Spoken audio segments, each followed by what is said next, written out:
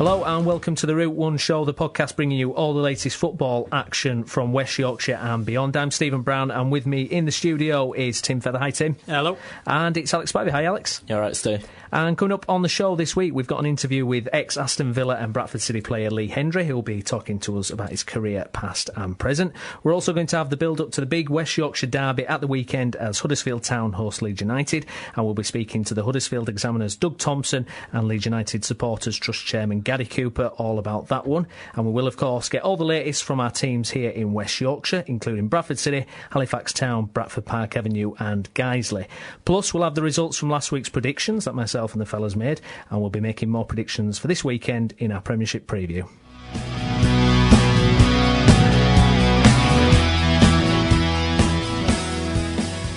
OK, well, I'm absolutely delighted to say that joining us on the line now is former Aston Villa and Bradford City player. It's Lee Hendrie. Hi, Lee.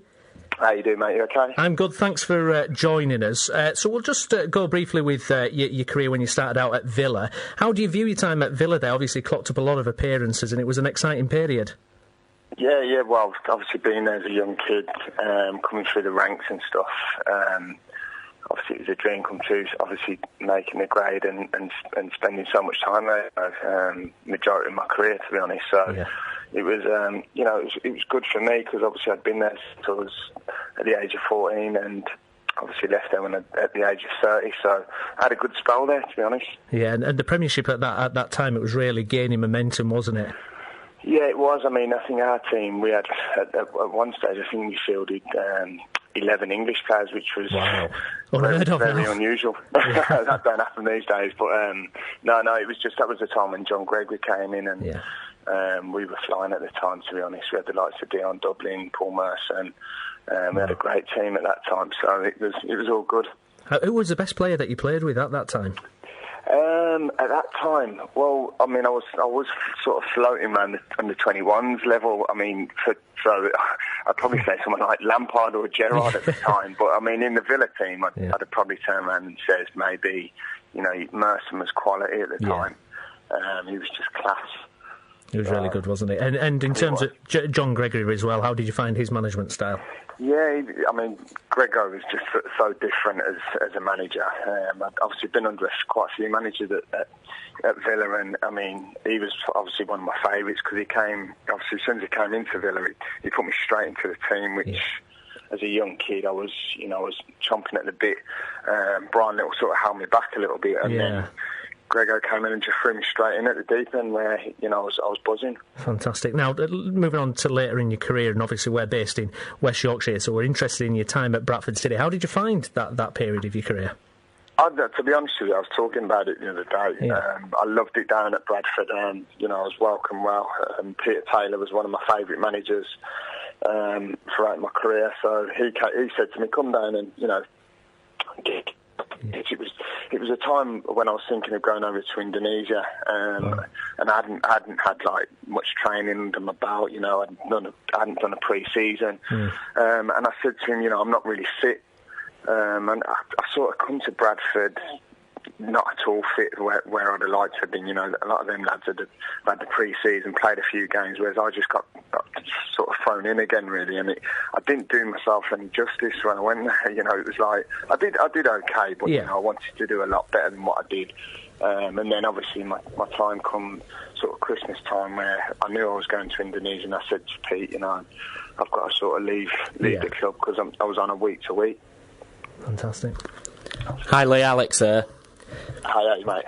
Yeah, as a massive Bradford City fan, I think the highlight of supporting Bradford was at Villa Park last season. I know you're a big Villa fan, but did you have any small part of you pretty happy for Bradford?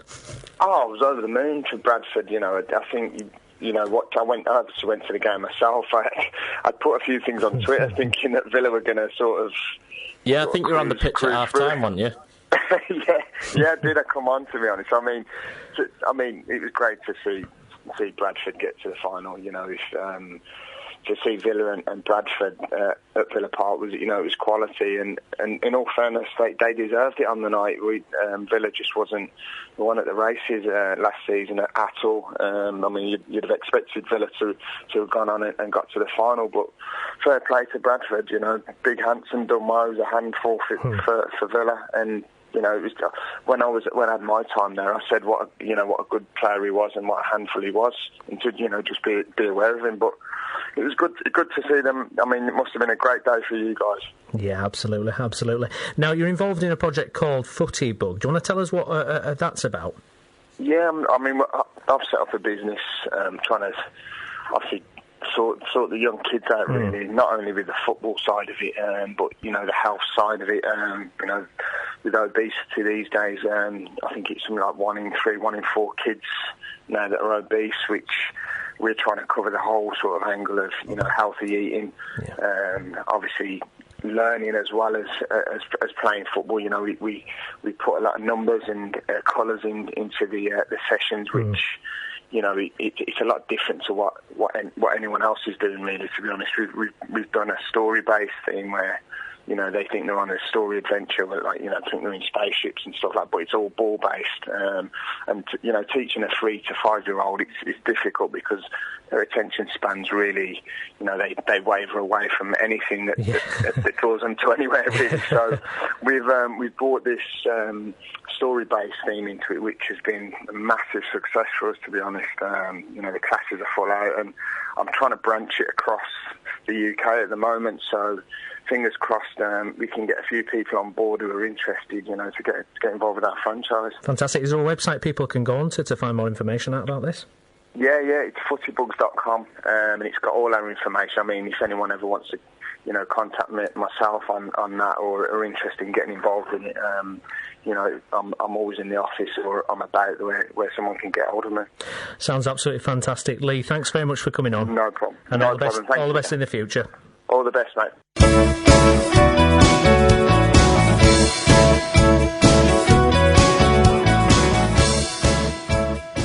OK, well, I'm delighted to be joined by Leeds United Supporters Trust Chairman Gary Cooper on the phone. Hi, Gary. Yeah, good, mate. How are you? I'm good, thank you. Thanks for joining us. You're on the Bluetooth, aren't you? Yeah, I'm on my way back to where I live in the East Riding from doing the Radio Leeds show for Team of the Week, which was the Leeds United Ladies this week. So. Ah, fantastic. So you've been on there earlier, lovely. So, Gary, we'll come to the Trust shortly, but we have to start with that fabulous win against Birmingham. I mean, what did you make of the performance? Where's that come from? 4-0? Well, we're not entirely sure. Politicians amongst us are still trying to work out exactly what happened, but apparently we played 3-5-2 and wing-backs worked. Who would have thought it? Is this the key? Is this the start of something now, 3-5-2? Hey, who knows? I mean, it's not a formation that you would expect us to play away from them on a regular basis, but on the day it worked for us. You could see that Brian McDermott had been working with a team that he'd picked to play it. And those last 25 minutes aside, where the wing backs Sam Byram and the lad Warnock look buggered.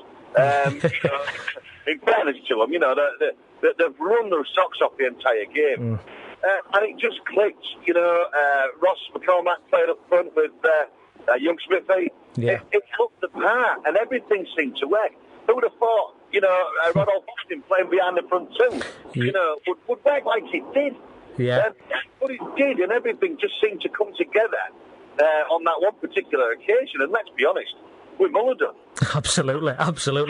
What's incredible to me is the lift it's given, because the fans' mood before that, I mean, rightly so, there was some pretty poor performances leading up to it, and people were complaining and starting to question, but that's kind of erased all that now, and they're up for the West Yorkshire derby against Huddersfield. You're right. I mean, look, we're Yorkshiremen. We're quite big. Well, let's be honest. Yeah, absolutely. We don't like to have a moan about us then. So, the performances haven't been great. No. And I think the fans are right to think to themselves, well, where is this squad going? Yeah. Well, it's going to play 3-5-2 and it did all right. Absolutely. And Rudolph Austin, he's got this new free role, and he looks a threat every time he's on the ball. He was amazing throughout the whole game. You know, it weren't just when he was on the ball, it was every first ball, every second ball. It was first to every challenge, and if he didn't get there first, he followed through. You know, it was absolutely unbelievable. Yeah. And again, I mean, Rudy Austin's form has suffered over the last few games, and I think that his confidence has a bit more. But playing behind that front two, you know, in advancing the midfield like he did, absolutely. Player. Well, what do you make of McDermott so far then in the start? 20 games in. Yeah, I think he's done the best with what he's got available to him. In all honesty, yeah. I think he's a technically astute manager. He's looked at what he's got. He's tried different people in different positions. Yeah. Thinking they can do a job. One or two have proven they can. One or two have proven they haven't. He's been absolutely resolute all the way through that he won't spend money unless he thinks he can bring players in that will improve his first team. Absolutely. Now, whether it's because we ain't got a lot of money or whether it's because those players simply haven't been available, I don't think he's brought in the numbers in quality that he would have liked to have done. No. So he'd have to work with what he's got. He's probably getting, I mean, somebody was getting the very best out of what you've got. There's no question about that. And it does take a good manager to do that. I mean, you know, the players clearly, you know, maybe a little bit of confidence issues creeping in there and there, you know, on the back of some not great performances at all. Yeah. Fans getting a bit impatient, thinking, what is going on? You know, we expected a little bit more out of this season. But when it clicks, look, it's clicked. And, you know, we're right to be a little bit jubilant on the back of Sunday. Absolutely. But I think Brian Mack sums it up better than anybody else, one game at a time. Absolutely. What do you make of the Dexter Blackstock loan signing then? We've got him for 3 months. Yeah, listen, McDermott has been... Some people might say, well, we've got Paulie on and we've got Barney and all the others, you know, sat on the bench or not in the squad. That's maybe the case. But Brian Mack said he would only bring in players that he feels improves what we've got. If he feels Dexter Blackstock improves what we've got, then welcome aboard, Dexter. Let's see what you can do with the ball, son. Absolutely, absolutely. Now, moving on to the trust itself there, how is your relationship with JFH at the moment? Well, I mean, we really can't complain. We've come from a position whereby we had owners that, in the best-case scenario, ignored us. In the worst-case scenario, you know, proven by the off-country, debate, you know, tried to discredit us to such a you know, extent, it transcended the law. Yeah. So, you know, we are in a wonderful position now where we've got direct contact with the owners of the club. This just simply hasn't happened while I've been chairman of the trust, and I've been around since 2009. I've not been in this you know, very well appreciated situation whereby now we can genuinely give our members, you know, a direct voice with the club. And I'm really pleased that we're in this position. It's been a long while coming, and it's great to be where we are now. Absolutely, absolutely. And there was talk earlier of it coming out a few weeks ago about the trust possibly trying to buy a stake in the club. Is there any development on that? Is it a long-term plan, really? This has been over a year of work, believe it or not. Yeah. What we have to do as a trust, first of all, is satisfy the FCA rules. We've got to be compliant with their rules and regulations. Yes. You will be aware that the FCA are the new form of the FSA, and we've been working to become FCA compliant now for just over a year. It sounds a really complicated process. I can imagine a lot of paperwork. Yeah, it's a complicated process. But we are far off. We're on the last leg now. Yeah. And, you know, into the new year, we're going to satisfy the requirements. Constitutionally, then we have to adopt the new rules, and we'll go to our members at a special meeting to do that. From there, we can start to discuss what type of fan share scheme that we're going to be talking about. Obviously, that we'll be taking advice from our members as to what they want to see from the fan share scheme, but then talking more formally to the club about that. But we're in a good position, Steve, to be honest. We've got fantastic support from you know, the local MPs, Leeds Council. We're now working wonderfully with the foundation.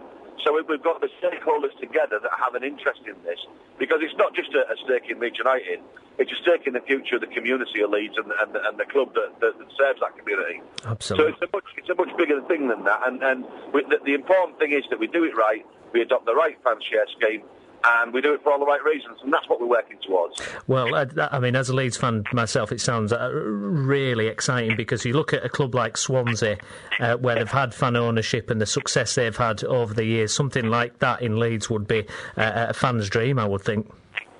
It would, and I've spoken to my counterpart several times at Swansea. They've gone at this from a different angle entirely from us. Yes. But the end product is something that we can aspire to. Yeah. You know, and that's exactly where we want to be going. I mean, you can talk about the German models, the European German model all night long. Absolutely. We need to be pushed in that direction. Yeah. You know, a lot of people talk about financial fair play and all these financial rules that are coming into place. There is so much to be said for supporter involvement in football. Absolutely. Not dictating what the club should and shouldn't be doing, but allowing that club options for the future. You know, supporter inclusion is the future of football. Yeah. In many ways, you have the Parliamentary DCMS Committee looking at this. You have the governing bodies working with Parliament now to ensure that supporter inclusion is absolutely on the agenda in terms of where the game goes forward.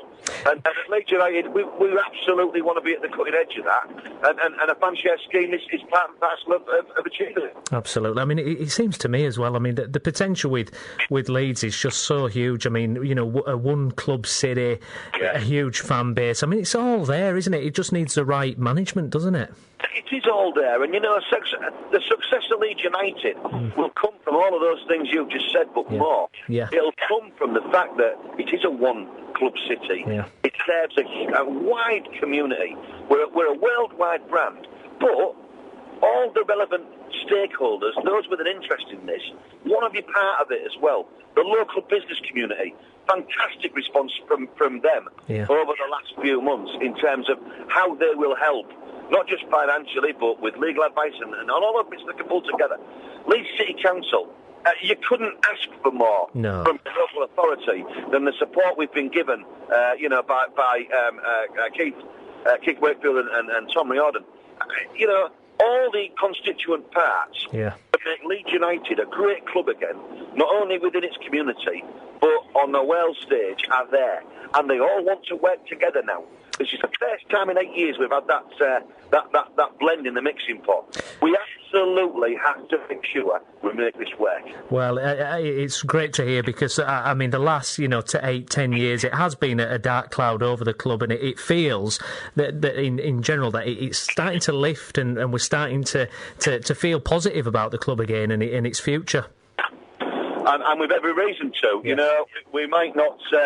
We might not have been bought by the man's check to the world, but we've been bought by owners that are willing to engage with supporters, that are willing to engage with the community. And I have to say, first game of the season, I came on and took up my new season ticket seat at N12, and for the first time in 4 years, I felt welcome at my own club. Fantastic. That's big volumes. Absolutely. Now, are there any other plans that fans should know about with the trust? Well, we've always got our fingers in the pie. We're always up to something. Well, we can go on the website, can't we? We can keep track. Well, I mean, the fans will, so trust members will be aware of our work with the Leeds Foundation, which is taking off this season. Yeah. Now that we're not fighting a one-sided war with the owners, we feel like we can engage with different stakeholders in Leeds, and we're really proud to have sponsored Shelby Morris, who's a striker. She's one of the new girls that have joined Leeds United ladies this year, and develop our work with the foundation much further. There is so much we can do now. We saw in July, to be honest. In July, we saw when the news broke that Mr. Bates had been removed from his presidency. Yeah. And I was contacted within 15 minutes by the club. That news breaking, which I think is just excellent. Yeah, absolutely. We sort of looked at ourselves as a board of the trust and said, well, what do we do now? Everything's changed. Yeah. So we're about the business of restructuring ourselves. We've brought in 4 new board members with specific roles, and with we've got Steve Clay, who's taken up the role of policing, safety and stewarding, something that I've been doing for the last 3 years. Yeah. Steve is ex-police officer, 30 years experience and service. Served with the Met as well, so he's policed Millwall for how many years. He knows the game inside out. What's more, He knows the game from both sides of it. And as a supporter now, helping and representing our members and the wider Leeds fan base, we couldn't have anybody better in position, to be honest. No. You can contact Steve through the Ask Steve section of our website. We've brought in as well, believe it or not, a serving major in the army, Martin Birch, who is currently on duty in Germany. Martin's spearheading a project to bring those members of ours that are in the armed forces, closer to what we're doing. Yes. Our public meetings, we invariably are contacted, by Leeds fans overseas. Yes. Serving Leeds fans, Army, Navy, Air Force, doesn't matter. Yeah. Last time we were contacted by some lads who were serving on one of the ships in the Gulf. Wow. With questions, and we really want them to feel as though the trust values them. We do, we value all our members, and for them to feel, more included in what we're doing. So Martin's coming with that remit, not only for the trust, but also for the benefit of the club. The club does a lot of good work that is very much unsung in terms of working with forces. And Pete Lockwood, you're probably better known as Sticks, down at Thorpe Arch, he's doing some excellent stuff. Leeds United, one of the first clubs, or we're the first club to actively work with Help to Heroes. Wow. We don't champion the good work. Fantastic, isn't it? Yeah, it is fantastic. So we want to, expand on that a little bit through the trust, maybe take some of the weight off the club's shoulders. Yeah. And genuinely, let our serving members, serving Leeds United fans, know that we value them and that we want them to feel as included as we do right now. Well, I'm sure any Leeds fan will be delighted to hear that, because you want to hear that the trust and the club are one instead of fighting a battle. It's great to hear. Absolutely. We've also brought in two new trustees from the corporate section. We've brought in Martin Wainwright and Chris Coleman also onto the board, and their experience both in the business world and in corporate activity at the club will serve us well, because of course none of the existing board members have been involved at that level. So we felt we needed that experience. We felt it would bring value to the trust board, and if it's going to bring value to the board, it'll benefit our members in the long run. So that restructure is still ongoing. We're still trying to find our feet with that. So that's taken up an awful lot of our time, during the close season and during the early season. And also, the last public meeting we had, 28th of August, we asked our members to ask questions, issues, comments, etc. for the club. We sent them to the club, and we got their answers, not all answered. Yeah. And our members are disappointed that we didn't have all answered, but Rome wasn't built in a day. Absolutely. And at least now it demonstrates that there is a genuine dialogue there, and that the club are listening. Even if they didn't answer all the questions, they answered some. That is a massive improvement on where we had time last year. Well, it sounds absolutely brilliant. And before I let you go, Gary, just as a Leeds fan, I'm always interested in this. I think I know the answer anyway, due to your Twitter handle. But your all-time favourite Leeds player, who's it going to be? Stands out by country mile for me. I was introduced to the club by my mum, and the Chelsea Cup defeat. There's an iconic picture, if you remember, of a television where Billy Bremner sat on the ground with his head in his hands and his elbows on his knees. Yes. And I asked my mum who it was, and she told me that was Billy Bremner, and he was the greatest football player in the world. Fantastic. And he played for Leeds United, and they were the greatest club in the world. And that was it. That was it. That's that was the story. And she cast this bloody nightmare upon me. It's not just been a nightmare. I mean, I so value, and I'm so proud, to support Leeds United and be involved as I have been. But Billy Bremner, he epitomises everything that I think we as Leeds fans want from our players. Side before self, a heart for the battle, never shirks a challenge, takes every opportunity, and is the leader of a team, a genuine team that brought so much value, so much excitement, so many memories. Yeah. I just don't think there will ever be another Billy Bremner for me. No. An absolute legend in my mind. Yeah, it's really interesting because from my era, my favourite player of all time is David Batty, and it's interesting parallels between the two. Batty came through when Bremner was manager, and kind of saw himself in in that mould. And it's interesting, isn't it, that Leeds, when there's a good team, they seem to have a figurehead like that, don't they? I guess you can kind of say Alan Smith in the O'Leary team was that kind of homegrown, you know. I know Billy was from Scotland, but that kind of player that came through the ranks and really leads a team. And it's great to see in the current team now how many academy lads are going forward. And I mean, Mowat this season is a revelation. I saw Alex Mowat play out in Shelbourne at the pre-season friendly, and I have to say he stood out. Yeah. Rudy Austin had played and was clearly the class of the field. Yes. There was something very clear about Alex Mowat that, as a kid, his brain was years ahead of his body. You know, he was reading the game. Yeah. Without the ball, with the ball, he read the game. He tracked back. He watched the movement of their players. He read what was going on. Yeah. But when he got in position, the kid was already thinking about what's he going to do with it. How's he going to get something happen? You know, very excited. Not been this excited about a player since Aaron Lennon. And I've watched Aaron Lennon develop through the academy as well. And I said to my brother, the season before he broke into the first team, a player at Leeds who's going to play for England one day and he'll be a big success. Yeah. And I said that I feel the same about Alex Mowat. Absolutely. You know, there is a lot of potential there, but let's keep his feet on the ground. He's still only a kid. He's 18-year-old. Absolutely. Let's keep his feet on the ground and let him stay at Leeds United now and learn the game of football. Absolutely. You know, disappearing to the Chelseas and the Man Cities or whatever, all well and good, lovely, few quid in your pocket. Yeah. Where's the first team? Absolutely. You know, stay at Leeds, Alex. Fly your trade. You are a legend in the making. You know, take your time, son. You've all the passion in the world. Oh, I would echo those sentiments. Absolutely true. I mean, it's amazing to think. I mean, that the academy and the players we produce, it's still the lifeblood of the club, isn't it? Really, we always produce a player. We've always done it, but I think Neil Redford has to take a lot of credit. You know, over the last few years. You know, he's kept that production line going, if you like. Yeah. And some of the quality that's come through, you know, the Johnny Howsons of the world, Sam Byron now again is somebody that's coming back to fitness and showed again on Sunday. What a class that. Potential that lad has. Yeah. You know, it's incredible. But Tom Lees, Eddie White, there are plenty of them.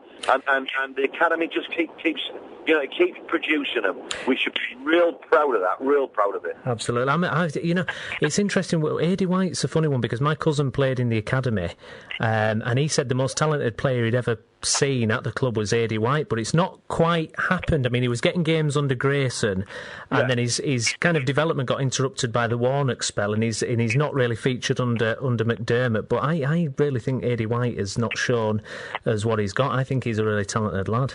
Yeah, I think you're right, and I think there is more to come from him. Yeah. You know, I mean, there was will he sign? Will he not sign a new contract during the close season? I'm glad he has. Yes. You know, I think Eddie's got a lot to offer. Absolutely. I think that luck hasn't gone his way. No. But it comes from. I've been sat in Radio Leeds tonight with his Erin, who captains the Leeds ladies. Yeah. I've got to tell you, and I've met his dad watching the Leeds ladies as well. You know, you cut these guys and their blood is white, blue and yellow. Absolutely. And we need that kind of, influence at Leeds United. Let's not shy away from it. Absolutely. Eddie White will be back, and he's got a lot to offer, and I'm sure there's a future for him at the club. Plus, I mean, Warnock was fantastic against Birmingham, but maybe a wing-back position, could suit Eddie. You never know. As daft as it sounds, and I was talking about this to some of the lads who sit near me in N12 after the game. One of them said, and makes a good point. The fact that we've got White and Danny Pugh still actually provides us with that wing-back cover. Yeah. Both of them can play that position. Yeah. So perhaps we shouldn't be rushing to dismiss, their availability. Because with an Austin playing like Austin was playing, and with a front two on fire like they were, and Luke Murphy sort of front of the back three, and Alex Mowat creating anything from players. Pugh and White could well be the players that come in on 60 and 70 minutes. Yeah. When do some damage. Sam Byram are on their last legs and actually, do a job for us. Who knows? I don't think that's beyond the realms of possibility. No. Let's see what Mr. McDermott does. Fantastic. And last question, Gary. Predictions for the Huddersfield game, then, if you had to give us a score, what do you fancy? I think on the back of last week, and given that I always back Leeds 4-1 to win, right, home and away, I do it every game. Yeah. cup, league, I really don't care, because we've only got to win 4-1 twice a season, and I make money at the bookies. So I'm sticking with that 4-1, right? But I'd take a scrappy 1-0 now. Absolutely. Gary, absolute pleasure to speak to you. Thanks very much for coming on. Very, very, very pleased to do it, mate.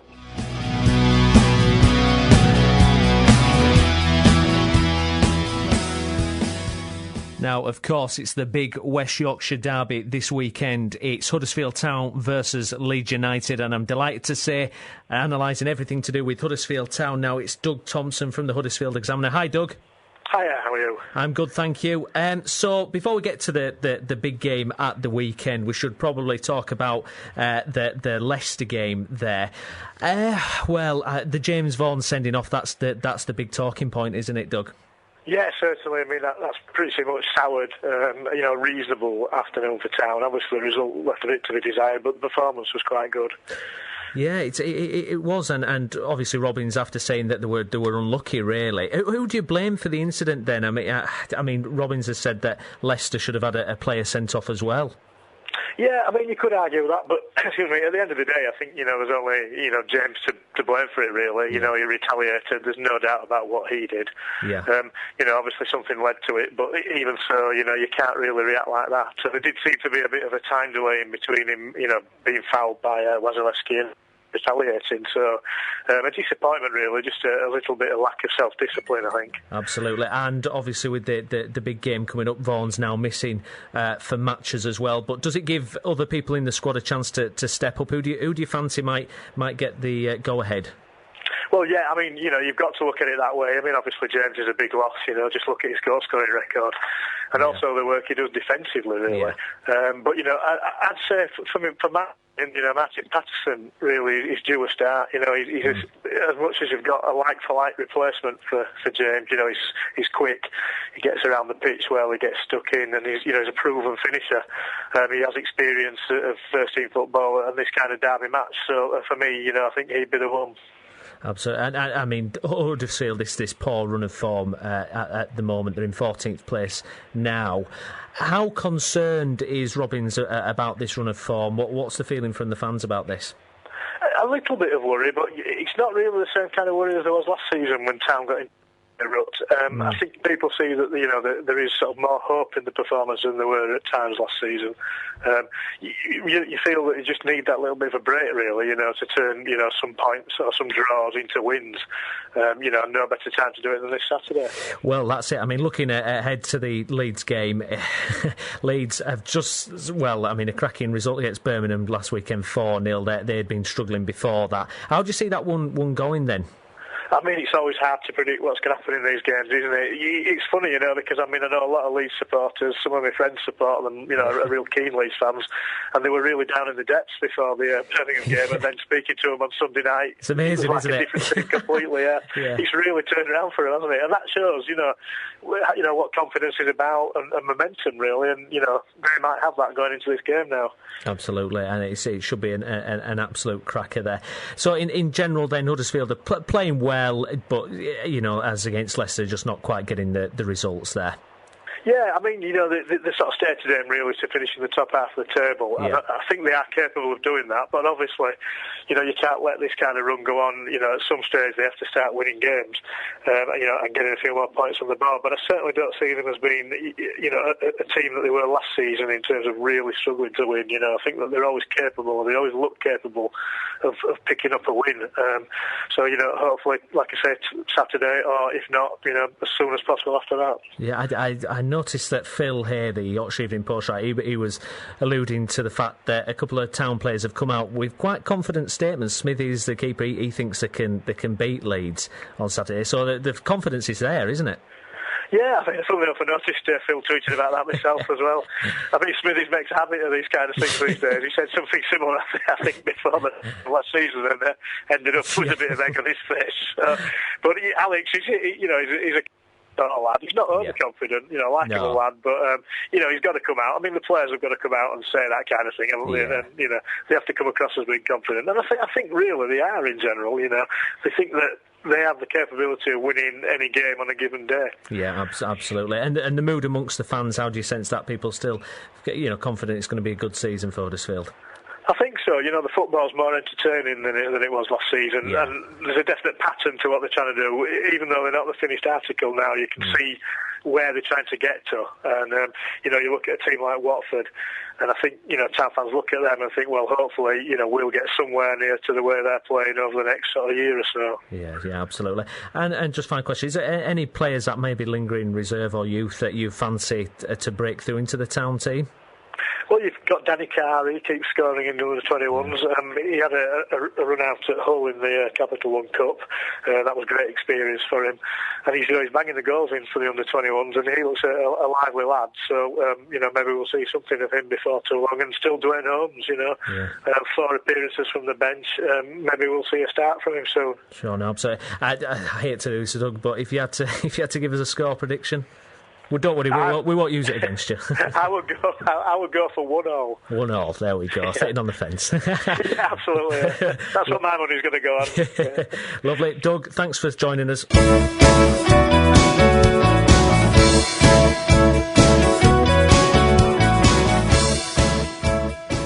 OK, let's have a look at the big game at the weekend. It's the West Yorkshire derby. It's Huddersfield Town versus Leeds United. Huddersfield on the back of that 2-1 loss to Leicester, and James Vaughan, who got sent off, will miss the game against Leeds, and Leeds obviously beating Birmingham 4-0. Tim, what do you think? It's always a feisty one between these two teams. How do you see it going? I think it's going to be a very tight game. Especially when... Well, apart from last week against Birmingham, where Leeds scored quite a few, I think that it's every other game for these two teams has been tight. It's been 1 or 2. There doesn't seem to be one that sticks out as like 3 or 4. Obviously, there's Leeds on Sunday against Birmingham, and then Huddersfield. I think they won 4-0 or something against Bournemouth, 5-0. But that were that was before they've gone on this really tough run of form, really, haven't they? Yeah, it's not been good. Alex, it's kind of Huddersfield losing James Vaughan in that match obviously blew it for them. Leeds 4-0. I mean, they've been on a terrible run of form, and then they've somehow got this result from somewhere. How did they do it?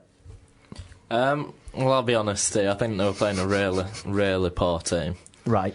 They started well, Leeds, and put a lot of pressure on a young Birmingham team, but Birmingham are the poorest side I've seen for a while, and that's coming from someone who watches Bradford. Yeah. So do you think it's a case of Leeds shouldn't get too ahead of themselves? It was one result where they weren't playing good opposition, and they managed to bang a few goals. I don't think they'd beaten many other teams in that league 4-0.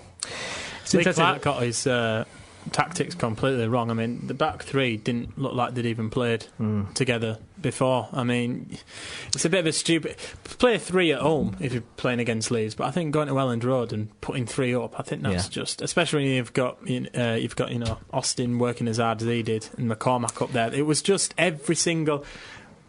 I think if you look back at all 4 of the goals, they all came, apart from the 4th one, sorry... The other 3 all came from a long ball over the top to McCormack, out on the wing where there weren't a defender. There was no one there. Yeah, it was a big success for them, wasn't it? Diagonal balls all the way and across. Then even the 4th one, that Mowat cross, which, it were a good cross, but... He looks a player though, doesn't he, Tim? Mowat. He does. 18. He's just got Luke Shaw to battle against, really, hasn't he? Yeah. He's English, isn't he? Yeah, absolutely. Well, the Leeds went to a 3-5-2, which they haven't done before.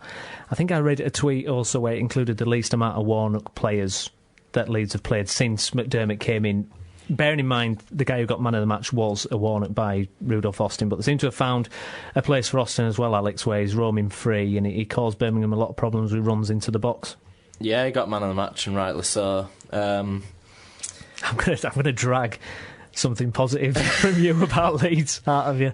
No, it was a really good result, but Paddy Kenny played well. And I do actually like McDermott as a manager. Yeah.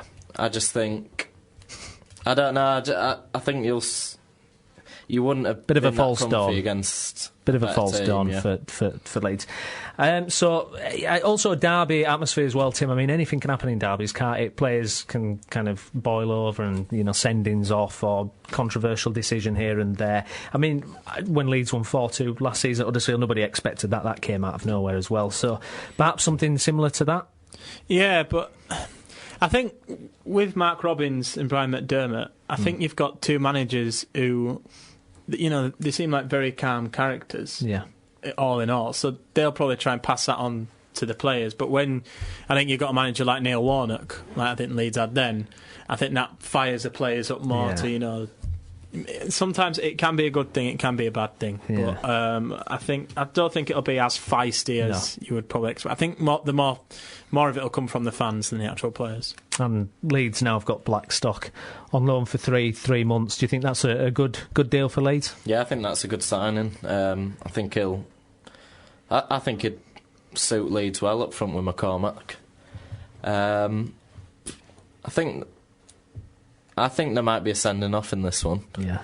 And I don't want to say it's going to be Blackstock, but I think last season when Forest played Derby in the Midlands Derby, Blackstock got a straight red in that game.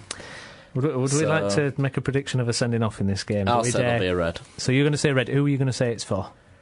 Specifically, or just a team? Just a team. I think Leeds will get someone sent off. I think Leeds will get someone sent off. Tim, are you prepared to match him? No, he won't. Nah, I can't see. He just said it's going to be calm, didn't it? So. I can't see anyone getting sent off. I mean, if it's because anyone, the managers are going to stress anyone, to him, it will be one of the down. Warnock players, possibly like Austin, or Kenny running out of his box. Well, yeah, something crazy like that. Yeah, you don't know. It's these Championship referees, isn't it? Saying that they might have a Premier League referee on that day, but you don't. Might have that guy that you had at Tranmere. Then we'll be all right. Oh, in which case, game will get cancelled. How big a loss James Vaughan to Huddersfield is their player of the season so far? I mean, the that's goal scorer, isn't he? Yeah, and he's doing a lot of work up front by himself before the big Leeds match. Yeah, didn't need to do it though, did he? No, he really didn't need to do it. And Robin said the Leicester player should have been sent off as well, but can you do that really? No, you can't take it into your own hands. And I've looked at it, and there was an elbow, but it was more they were both sliding in for the ball.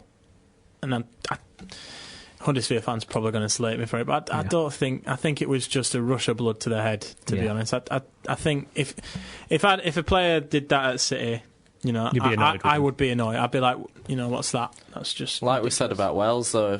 They've struggled with him in the last 4 or 5 weeks, so you can't what seems to be happening, the Huddersfield seem to be playing one up front, Vaughan and himself, and he's getting frustrated in each game. You know, it's been like that for a couple of games for Huddersfield, hasn't it? He's up there doing a lot of donkey work by himself, and he's got frustrated, it's boiled over, and it's cost him, hasn't it? Well, I don't think the other strikers are scoring for Town. They brought Stead back, who's not played that much. Yeah. But obviously someone's going to have to come up and step to the plate now for the next couple of games. That's the key, you see. Leeds getting them at the right time, isn't it? The way they have to change the system, presumably, or you know, hope that someone can do something for them. Yeah, well, just before the game on Sunday, Brian McDermott said they had 2 weeks, and a lot of them were talking in training about that winning mentality. Yeah.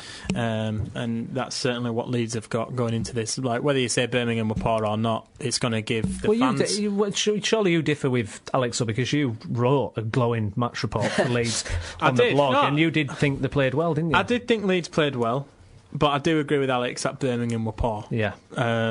I think if they were playing a normal team, I think they'd have still won. I think if they were playing a full-strength Birmingham squad with good tactics and everything. It wasn't just the system as well, though. When a centre-back gets subbed at half-time along with another player... You know, something's... but surely Leeds have to play... Dreadful. You know, they have to beat the opposition in front of them, and they, like you admitted, they pressed them well. And yeah, I'm not criticising Leeds. I just think Birmingham are as bad as I've seen. But yeah, fair play to... Just on the Birmingham thing, right? I have never seen a lazier player than Nicholas Zigic. How it just stood on the left-hand side of the Leeds penalty area, and if the ball didn't come to him, he just left it. Couldn't be bothered. What do we make? Mentioning Birmingham briefly, Lee Clark. I mean, it was a disaster, wasn't it? What's going wrong with him? Well, I just think if that's what you got to work with, and admittedly he signed a lot of them. Yeah. But they're just such a young side, and they've lost such big players. I just think no matter who was there, they were gonna have a really struggling season. Yeah.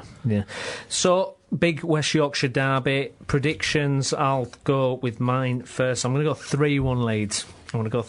I've spoken to the Trust chairman tonight. I'm all full of it tonight. Leeds are going to win Championship, all that. I think the reason why is because I think McDermott is one of those managers. He finds a way to win a football game, and I think he's learning about the squad. He's 20 games in. I think he's found Rudolph Austin's right position after playing him, risking him in a few different positions, but I think he's stumbled across the right one. I think Austin will, cause a lot of problems making runs into the box. And I think things are hopefully turned round for Leeds in terms of this run of form. So I'm going to go 3-1 Leeds. Alex, what are you going to go for? Red card for Leeds. And I'm going to say, because Leeds are on a better run and Town are without the top scorer. Yeah. But I still think Robbins is a decent manager, and he gets the best out of him. I'm going for a 0-0. 0-0. Leeds' away record isn't fantastic. Yeah. Huddersfield's home record is pretty good, drawing against Blackpool, just like one of the teams. So I'm going to go with 1-1. 1-1. I thought you were going okay. to go with Huddersfield then. Lovely. This is just interesting for me. Like, if you had to have Robbins or McDermott as City manager, who would you take? McDermott.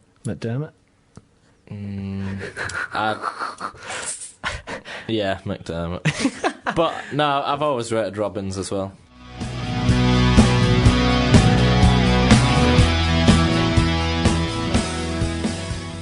OK, let's have a look at League One now. Bradford City, and joining me on the line now is Pete Chapman, our Bradford City correspondent. Hi, Pete. Hi, Steve. So, a bit of an indifferent time for City recently since that shock Tranmere loss. What's happened, do you think, and how did you rate the game against Preston Tuesday? Well, I think not too much has happened. I think, according to Parkinson and the people that were at the game as well, the Crawley game, they were just too open. They had their chances, they didn't take them, and they allowed Crawley to attack them far too much. Yeah. I think, I mean, Phil Parkinson himself had said it. Of course, they are missing Naki Wells, the top scorer is missing from the team. So that's always going to be a big impact. I think at Preston, a very tight, very exciting game by all accounts, and it's a good result. They took the lead early on, went 2-1 down, and came back and got an equaliser, and had a goal disallowed after that as well. Absolutely. So, what was the mood with Parkinson then? What did he have to say about this recent run? He's not too disappointed. He was worried after Crawley mainly about them being too open and not being tight enough. Preston, they tightened up a lot more and killed off the spaces that they allowed Crawley. And I think he's in a fairly buoyant mood. It's one of those weird things that if someone had said to you you'd be in this position at the start of the season, everyone would have bitten their hands off, because they had such a good start, and then those two defeats, it sort of pricked the bubble a bit. Yeah, and like you said, they're still in a good position, fifth, but they face Wolves next, who are obviously the big name in League One. How do you see that one going, Pete? Well, you have to look at Wolves' away form. 15 possible points, they've got 13 of them. They haven't lost away from home yet. Yeah. They are the big team in the division. They have players that are way above this standard. They've got Doyle, the likes of Doyle being the prime example. Yeah. And also, and I think we were chatting before that we actually did the interviews today, that come the time when the smaller squads start getting the injuries and the suspensions, Wolves can more or less put out a second 11 that's good enough to win this division anyway. Of course, what you see on paper and what you actually get in fact are quite often two separate things. Wolves should have won the Championship last year. They got relegated instead. It's going to be a very tough game for Bradford at Valley Parade on Saturday. Hi, Pete. It's Tim. Hiya. Hi. I was just wondering, like you said about Parky being a bit buoyant about the way that the season's gone so far. In the past 3 games, the thing that I've more or less noticed about City is we've missed chances and unfortunately conceded sloppy goals. Do you think this is it probably just a rut that we're in at the moment? Because that's the feeling I'm getting at. It's just we were expecting a run of form like this eventually. I think to a large extent that is it. And of course, don't forget Andrew Davis is missing from the back, and he's a big influence on that back four. They need to get that the unity of a defence together again, and maybe that will come over the next few games. Davis has been since he came back from injury last season the mainstay of that defence. And Pete, if I had to bug you for a score prediction, what would you say? I'm going to hope 1-1. 1-1. I'm interested to know, because you're a Manchester United fan as well, and Fergie's book's come out, and we're going to be discussing it on the pod later. What have you made about what do you make of this storm around the release of his book? I think a lot of it is media hype. I've had people say to me, you shouldn't have done it. He's criticised players for doing the same thing. The difference being he is the manager. The major story is Beckham and Keane. Well, I think Beckham is definitely right. He'd lost his focus on the main reason that he was at Manchester United, which was football. He was becoming too famous, if you like. And with Keane, I think since he's left Manchester United and gone into management and then left management, he definitely has some demons. And you pull the manager out on the training pitch in front of all the players and not expect some kind of punishment. Whether he should have sold him, got rid of him, I think it's a bit harsh to say he maybe should never have bought him, because he was, I mean, I'll never forget the performance in Turin in '99, the semi-final.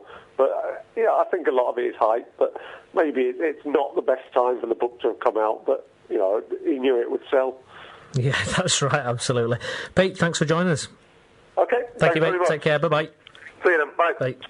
OK, so there we go. We've heard from Pete Chapman all about Bradford City. So you guys being City fans, what's happened in the last 3 games then, Tim? Well, like I just mentioned to Pete there, from my point of view, it just seems like we've been squandering a couple of chances. There was derbies against Tranmere, which admittedly it was a difficult chance to take, but possibly one he should have taken.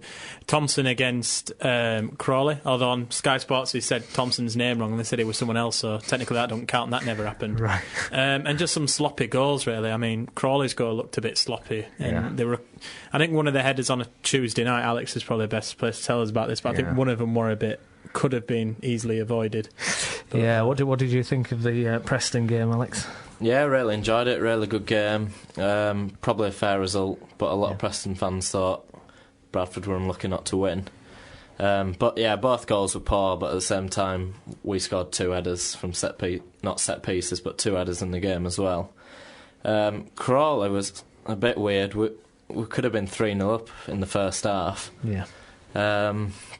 But we didn't play very well second half. I just think last season we had a lot more games than we've had so far this season where we played poorly. I think we've suited League One better than we suited League Two. Yeah. And this was always going to happen anyway, wasn't it? You're not going to go through the entire season on great form, mate. It's just not going to happen. It's not Well, most of the squad finished 7th in League Two, so to still be 5th in League One. Glad we got a point at Preston going in the Wolves game. If we'd have lost 3 on the trot going in the Wolves game, I wouldn't have been confident, but it should be a really good game on Saturday. The past 4 teams that have played, though, are teams who have been in this division a long time. I mean, there was Walsall, they've been in there quite a long time. Then Tranmere, Crawley, admittedly, they've only been in there 2 seasons. And Preston, who have come down from the Championship. They are teams who have, they do know this league, possibly slightly better than we do, because it's changed quite a lot since we were there last. I mean, you just got to look at these teams like Wolves who have, Lee Griffiths and stuff like that up front. I mean, really good play. Plus, we've lost our best defender and best striker, which I was going to say. I mean, is it? I guess it's unfair, but do you kind of think, if only Wells had been fit in those games, what a difference it could have been? To be fair, we won. The game we went off at 1-0, we ended up winning. The next game we won 2-0 at Walsall. I think it's just a bit. It's not like we'd win every game with Wells playing anyway. I just think it's a bit of a cop-out. Yeah. Would you agree with that, Tim? Yeah, I would. I mean, Man U can win without Van Persie, and you can go down the line like that. But we can win without Team's Wells. Got to show more, hasn't it? But I think if some of them chances had fallen to Wells, he'd have probably buried. He's a better finisher, you see, than someone like Thompson. So, against Wolves being the big name in League One and flying, doing really well themselves in 3rd place, how do you see that one going, Alex? What score are you going to say for that? Well, whenever I think Bradford are going to win, we don't, so I'll just carry on being pessimistic. I've put 2-0 Wolves. You've gone 2-0 Wolves. And Tim? Well, I think if City are going to get anything out of the game, they've got to score, basically, because they've got Lee Griffiths, who scored 9, Bakary Sakho, he's got 5, and he's also got 5 assists, so I think you need to shut them 2 down. So I've gone slightly more optimistic, and I've gone 2-2. 2-2, very good. Do you think Wolves are a little bit like QPR in the Championship, big name in that big league? Stout, and yeah. They don't hammer many teams, to be fair. No, they don't. But they do have the players to do that. I think Parkinson said today that he can't see it being a very open game, so... I've gone for 2-1 Wolves, so we'll see. Walsall went to Molineux and won 1-0. That's all I'm saying. I'm saying. There you go.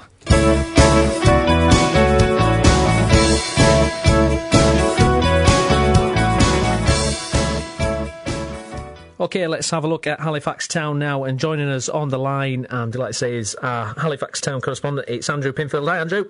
Good evening, are you alright? I'm good, thank you. So, let's have a look at that Welling 3-0 win, marked by a fantastic first-half hat-trick by Lee Gregory. It was brilliant, wasn't it? Like you've just summed it up there, it was a fantastic performance in the first half, and particularly from Lee Gregory with a hat-trick. He's got 8 goals now for the season, so he's moved into second place in the conference top goal scoring chart. Fantastic. The lad from Nuneaton who we play on Saturday has got 10 malt, and Lee Gregory's on 8. So the performance, second half was a bit lacklustre really, but all the work was done in the first half. And as you can imagine, a clean sheet as well made it worthwhile. So 3-0, we take that every week. Absolutely, because they've been on a run of 3 games without a win, hadn't they? So it was good to kind of steamroll Welling in that first half, wasn't it? Well, that's right. I mean, you've got to get the confidence going, and the boys did play ever so well in that first half. The thing from our point of view now is just to try and get something at Nuneaton on Saturday, perhaps get them back to the Shana replay, but we've lost another player this week. Sean Williams has gone back to Colwyn Bay, so the squad at the moment is, I won't say threadbare, but it's down to probably manageable 18, 19 players, so the Neil Aspin might be bringing 1 or 2 players in on the loan market, because what happened last week, we had a couple of players in Keith Briggs going to Staley Bridge as player manager, and then Alex Johnson signing full-time for Guiseley. He's got a few players off the wage bill, and with Sean Williams leaving this week, there might be an opportunity for 1 or 2 players to come in just to strengthen, because in the league we're doing well, we're mid-table, and it'd be nice to have a bit of a cup run. Yeah, absolutely. If the FA Cup qualifying 4th round, I mean, what would be the target, obviously, to get into the FA Cup proper rounds, and you never know, do you, from there?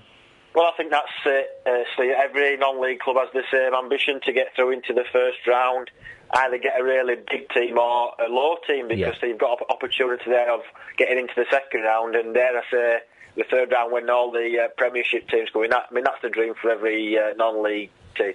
Absolutely. And with the FA Cup money, the prize money on offer, it's really a godsend to some of these lower teams, and I know for sure Halifax Town wouldn't decline the opportunity to go past 1 or 2 rounds. There's also a possibility of a bit of a derby with Bradford Park Avenue if they can get through their tie against Kidderminster. Yeah, I'm hoping to go up there on Sunday to the Avenue Kidderminster game, because they're not a bad team, Kidderminster. They beat us comfortably 2-0. They do lose class, but Avenue's in a good run of form, so that should be a cracking tie there at Horsefall on Sunday. Lovely. So what's your prediction for Nuneaton Halifax then, if you had to give us a score there, Andrew?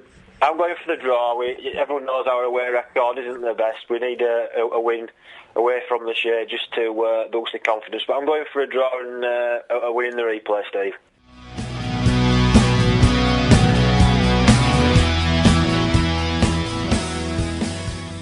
OK, let's have a look at Park Avenue now, and joining us on the line now is our Park Avenue correspondent. It's Chris Bell. Hi, Chris. You alright, mate? How are you? I'm good, thank you. How are you? Yeah, not too bad at all. Good stuff. So, Bradford Park Avenue, unbeaten in 12, everything's rosy. Yeah, absolutely, and with the FA Cup, of course, this weekend to look forward to. They made hard work of it last weekend. Colwyn Bay. Away at Colwyn Bay. Took some last-ditch pressing, really, just to be able to grind out an equaliser that they arguably didn't really deserve on the balance of play. Colin Bay defended very well. They got numbers behind the ball, made it very difficult for John Deacy's side. Yeah. But overall, they just did enough basically just to grind down to leave Wales with a point. Yeah, it's showing tremendous resolve, aren't they, at the minute, Park Avenue? Yeah, they just don't seem to know when to be beat, I think. Whenever they fall behind, you always have that feeling that it's okay because they're going to come back into it, in at least full level. Absolutely, and it just breeds belief, doesn't it, when you can grind out results like that? Yeah, exactly, and that's going to be all important, of course, going into this weekend's massive FA Cup tie really against Kidderminster. Well, I mean, Kidderminster have only lost 4 all season, and they're sitting second in the Conference Premier there. It's going to be a real tough one, isn't it? It is. It's going to be, just without a doubt, the biggest test that Park Avenue have definitely faced so far, and arguably could face all season, really. As you say, Kidderminster lost just 4 games this season. It was the hardest possible draw because, of course, Cambridge United, who are top of the Conference Premier League, went into the southern section. So, literally, it couldn't be any worse from, a challenging point of view, should we say, from John Deacy's side. Yeah, however, you do get the feeling, though, with Deacy's side that, it's the bigger team, shall we say, that they always seem to step it up against. It's the likes of, no disrespect to Colin Bay, but going into that game, I think a lot of the Park Avenue supporters, and myself included, were expecting them to walk that game, really, and, in a game they should have won. But they didn't perform to what they were capable of. Up against the bigger opposition, especially in an FA Cup situation where they know that the prize next is potentially a tie with a League One side. This is where you really would expect Park Avenue just to step it up and make it, as hard as possible, really, for Kidderminster Harriers. Absolutely, and you'll be doing the commentary, of course, won't you, on BCB 106.6 FM. You must be looking forward to the game. Yeah, absolutely. It's going to be a cracker. This is, from a sports journalist's point of view, this is what you want when covering, a side of conference, no stats. You want to be able to make these trips make these trips or to see the better side, shall we say. And, I've got all the dreams, really, that the Park Avenue fans have got of, getting a nice big game in the first round with a bit of luck and going to a nice, swanky press box from my point of view. Absolutely. Hi, Chris, it's Tim. You all right, Tim? How are you, mate? Hi, not bad. What would you say to, try and, plug this for any other fans who maybe don't follow Park Avenue or even Kidderminster for that fact, just to go and see the 4th qualifying round of the FA Cup, because this is the first season I've ever seen this part of the FA Cup, and there's been some cracking goals and some great results and some good games actually from what I've seen. What would you say to people who possibly like me hadn't seen it before? Well, this is the thing, it is all about the magic of the FA Cup. Even at these early stages, traditionally everyone always talks about the 3rd round when one of these lower league sides could get, one of the Premier League big boys. But you look back at the first qualifying round when Trafford beat Altrincham, and Altrincham are flying high in the conference. North Trafford, who are a good 3 to 4 divisions below, they knocked out one of the better sides that they could have possibly played again. And it's all about, these magical little, the underdog sort of thing, and that's pretty much what Park Avenue are in this particular tie. They've been the favourites really for the last 2. This is the one where they're the underdog. Obviously, in terms of, other people coming down that are maybe supporters of, the likes of Bradford City or Huddersfield or Halifax, of course the game's being played on the Sunday. So, there's no excuse, so to speak, in that respect. You've got the game being played on the Sunday when all the other fixtures take place on the Saturday. Also, reduced ticket prices as well. I understand if you're a season ticket holder at any other club in the country, you can get into this game at the Horsefall on Sunday for a reduced price. It'd just be... there's a big chance there for it to be a really special atmosphere and a really special day in the season for Bradford Park Avenue down at the Horsefall Stadium. If they can get in as big a crowd as possible, just for everyone, across Yorkshire, basically, just to get behind the Yorkshire side in this case. Absolutely. Cheers. I would also just say, just talking about the first couple of qualifying rounds of the FA Cup and stuff, I think I'm going to plug this goal, right, because I think this is a best goal of the FA Cup so far. It's Rennie Steer of St Notts Town against Canvey Island. I don't know if you've seen that one, Chris. But I haven't seen it. I'll get myself on the internet. I'll put that on the blog and everything, because that is a great advert for these qualifying rounds. I think I've seen that. I can back that up. Great goal. Well, this is the thing. Even at this low level, you do get some absolutely terrific goals. You get it, up and down from your pub team on a Sunday morning sort of thing, right to the Premier League. There's just because you're playing at a lower level doesn't mean you're not going to see great football and great goals. I mean, the best example that comes to mind, from my point of view, that I've seen is the Guiseley goal for Danny Forrest in the West Riding County Cup, either last, I think it was the season before last, when he scored from the halfway line in like stoppage time in a 4-3 win away at Harrogate Railway. Now, that was. I was fortunate enough to be part of the team that was covering Guiseley at the time, and we filmed the game sort of thing. And that clip alone of that goal has about 150,000 hits on YouTube and that kind of thing. So, this is the thing. That was just a little county cup game that, arguably you were looking at maybe 100, 150 people, maybe at most, that actually went down to see it. But what a goal. It went viral completely to the point where, we had lots of Chris Kamara tweeting about it. It was featured on the BBC Sport website in their little, and finally section sort of thing. So, goals from even at this level of football where people don't expect it to be brilliant, it really can be. Well, it's a chance, isn't it, to get the media spotlight put on teams, isn't it? Yeah, exactly. I mean, you look at the exposure that Bradford Park Avenue got last season. Obviously, they went to Doncaster, gave a pretty good account of themselves as well, when Donny are obviously a League One side. And that's what it's all about. It's, as well as the prize money, it's the exposure and just, helping, people that don't necessarily know a great deal about Park Avenue, get informed about it. And, as I say, with Sunday, with the reduced ticket prices as well, not just for season ticket holders with that offer, but I believe the ticket prices have been reduced as well. It's a great opportunity to come down, support one of the local sides, and see what I expect and fully anticipate will be a fantastic game of football. Can I twist your arm for a prediction? This is the old heart v head situation to a degree because, you've got to look at Kidderminster and think, as we said, they've lost 4 games so far this season. That's it. The second in the conference, Premier, an established Football League side as well, they were before their relegation a few years ago. It's going to be a tough one. It's one of those where my heart says Park Avenue can nick it 2-1. My head says Kidderminster will break Park Avenue hearts and nick it 2-1. That kind of situation. Yeah, absolutely. So I'll go for a 2-1 prediction in either way. Either way, lovely. Now, just finally, we've got to mention this because this popped up on my Facebook wall today because we're recent Facebook friends, aren't we, Chris? We are indeed, yes. A certain Mr. Bell is making a TV appearance next Monday. Yeah, bargain hunt. Can you give us any spoilers?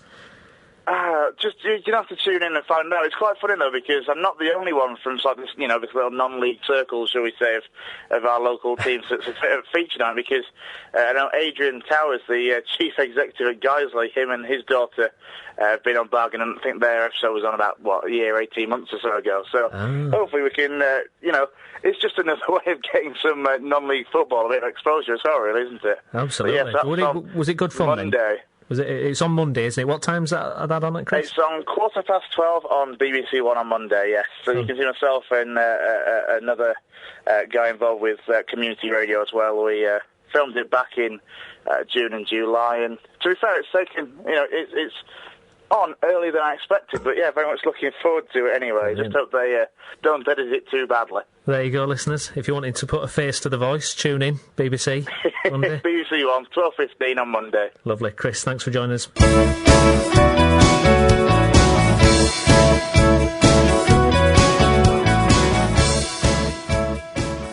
OK, well, joining us on the line now is our Guiseley correspondent. It's Colin Robertson. Hi, Colin. Hi, Stephen. How are you doing? I'm good, thanks, and you must be doing pretty well. Suddenly, Guiseley unbeaten in 2 games. Yeah, no, what a week it's been, eh? Yeah. Fantastic. And Tuesday night, what a result. Fantastic. North Ferriby United beating them 3-2. Incredible stuff. Yeah, it was absolutely superb. And after 10 minutes to go a goal but down, that was a team that had won 5 out of 5 at home this season, scored 14, conceded 3, and in the course of a night, we completely turned that over and scored as many goals as they've conceded all season at home. How did this happen, Colin? It was just a completely a different proposition, and the biggest news, of course, of the last week has been the return of Danny Bottle to the club as assistant manager. And he's come back in as a player assistant, but what a performance he put in on the field. He just took hold of possession in midfield, knocked the ball about, but the side looked like a different proposition with him in the side, to be fair. And it allowed some of the creative players like Wayne Brooksby, who was returning to his old club, to really attack the wings. He scored two lovely goals, could have got more as well on the night, and it was just a brilliant all-round attacking performance from a team. And North Ferriby are a fantastic footballing side as well, so it was a great result. Absolutely. We had a few tweets in from Guiseley fans, and they're all praising Boshel's return and the fact what a difference it's made on the club, and it shows Guiseley's intent as well. It certainly does, and I think Mark Bauer was having a meet the manager night last night. He's not finished yet in terms of rebuilding that side, but he's not going to be rushed into things. He's got quite clear ideas about the players he wants to bring into the club. And at the moment, Alex Johnson, who signed, is now proving himself to be a real find, and he's really impressed me in the last couple of games. Last Saturday, of course, we only got a draw, but Histon were beaten several ends up, I think, and only really got the draw. They had a spell of about 10 minutes where they carved out 2 or 3 chances. But really, it was a great performance. And it was important, wasn't it, to get that first point under Bauer and put the brakes on the losing run? Yeah, the only frustration is that there isn't a game on Saturday. So it's Barrel, isn't it? 2nd of November. Yeah, and that's quite a gap between the momentum of the last 2 games and the next one. Yeah. I think that's the only thing that's really concerning him. Yeah, no, absolutely. And it was also interesting that ex-manager Kittricky was in the stands, wasn't he, watching Tuesday night? Yeah, so I hear, but I didn't actually see him, otherwise I'd have popped across and said hello, but... Maybe it's like a passing of the torch, possibly now, and it's Bauer's put his stamp on it, got his first victory, and will look to continue. Well, I'm sure he's just coming along to have a watch of the game, but Mark Bauer's just clearly at the very start of his career, and I think he's just glad now to finally got off the mark and got 4 points. The post-match interview with him on Tuesday night was a much different... what was it? What kind of mood was he in then? He must have been jubilant. He's absolutely delighted, but I think what he could see is finally the hard work that he's put into shaping the side, getting them to play the football that he wants, is beginning to pay off. Yeah. And it certainly showed on Tuesday night. They were a different side altogether. The different side, the one that turned out 2 weeks ago against Altrincham in that second half. Yeah, absolutely. And finally, went a goal down, kept on fighting, got brought back to level terms. A very controversial second goal. Honestly, I said it was like watching something out of the 1957 FA final. Stephen Drench bundled into the goal by the striker Anthony Wilson. But really, despite that setback, Guiseley just fought and grew, and might have had a fourth late on in the game, and withheld the counter attack, the fight back. That North Ferriby were always going to promise with the quality that they've got, and they could have had the fourth on a counter attack. So he was delighted with it. Absolutely. Hi, Colin. It's Tim here. Hi, Tim. How are you doing? Hi, not bad. Yourself? Hey, good. I was just wondering, with Danny Boschel playing in the middle of the park, could that give Guiseley something else in the midfield like that they've been lacking? Like you said, against Altrincham, they were 1-0 up at half-time, and then at Histon, they were 1-0 up, and then Histon nearly came back at them and could have nearly nicked it as well. Do you think that might have been the difference on Tuesday night? Yeah, definitely. I felt it was. And Mark Bauer said the same. After the game, he said, there's a different type of braveness amongst players. There's the ones that will put their body on the line and go in for the challenge. And then there's the one who will try and just hold on to the ball and play the simple pass, even though there's always the risk he could lose possession. And that's what Danny Boschel does. Under pressure, he'll try and pick out a man's square or near to him and pick out a sensible pass that just keeps the ball ticking over. And he's always he's a great passer of the ball. And I think that was the difference on Tuesday night. And Mark Bauer said that, and he was a big difference to the return, it has to be said. But I tell you what, it was a return I don't think many of us saw coming. Well, great stuff. It feels like the balance has been restored with Guiseley and Leeds winning. So, Colin, thanks very much for your time there. Yeah, cheers, Stephen. And long may it continue. Yes, let's hope so. Speak to you soon. Take care, mate.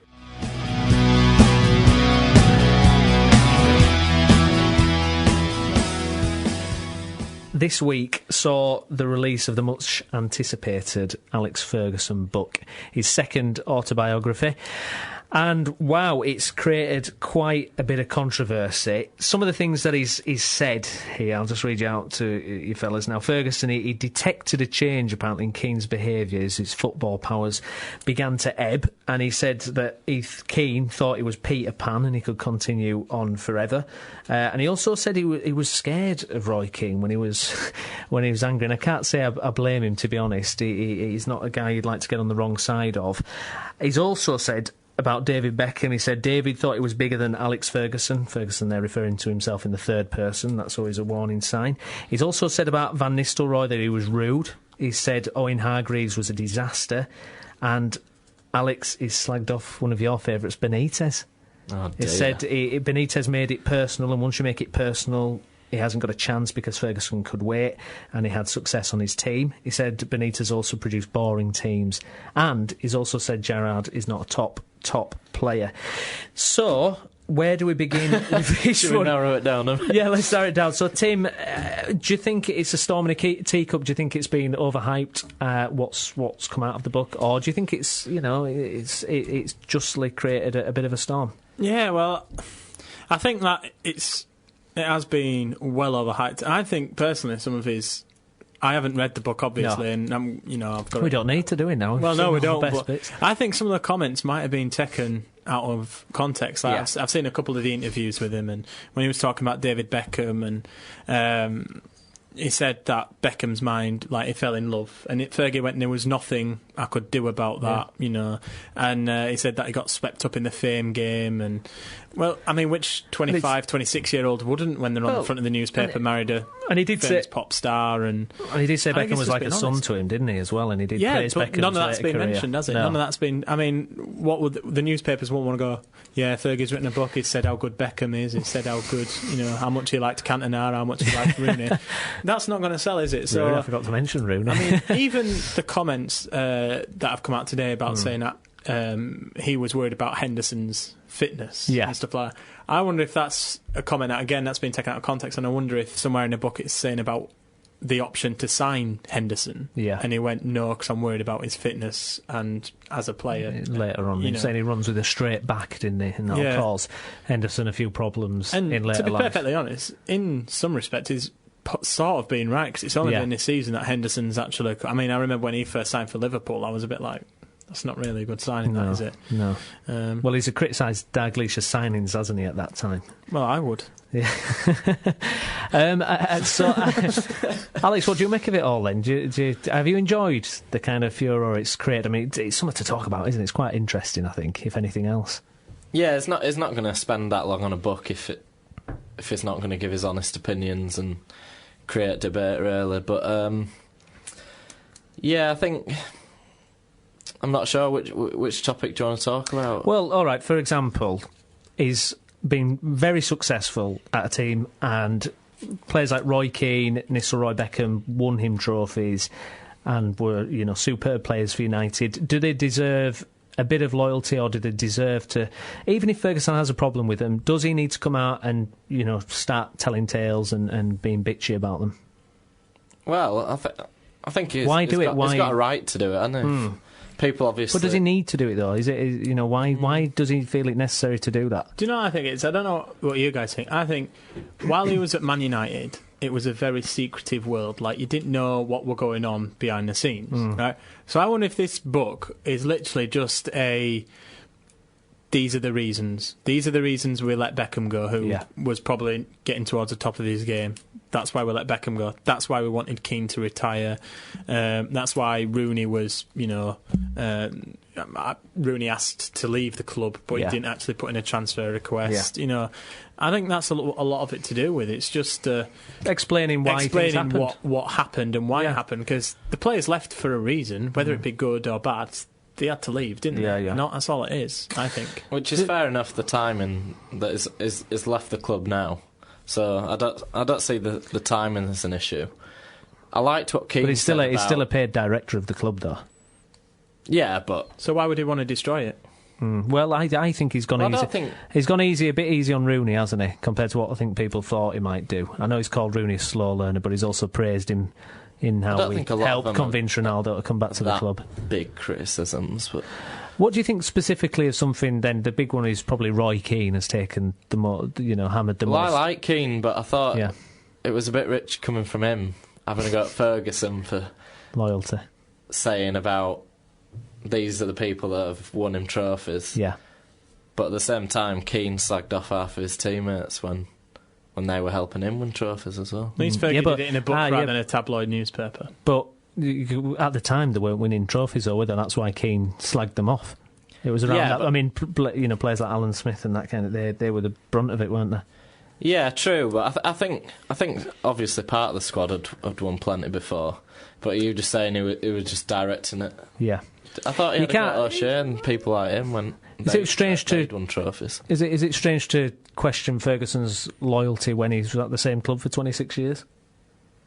I don't think you can question his loyalty at all. I mean, he's not going to stay loyal to players who we don't think are going to... There is a counter-argument, though, isn't there, when the fact that Ferguson... This is a point that Keane made, that Ferguson sued a Manchester United major shareholder about the Rock of Gibraltar, the horse, and Keane has said Ferguson only cares about Ferguson and Ferguson's reputation. Surely you wouldn't sue a director of your own club if you cared so much about the club? Possibly, but I think he stayed loyal to the players that he needed. Yeah. He can't just stay loyal to people who we don't think are going to keep winning. But like Scholes and Giggs, it's not like he stayed loyal to the people who.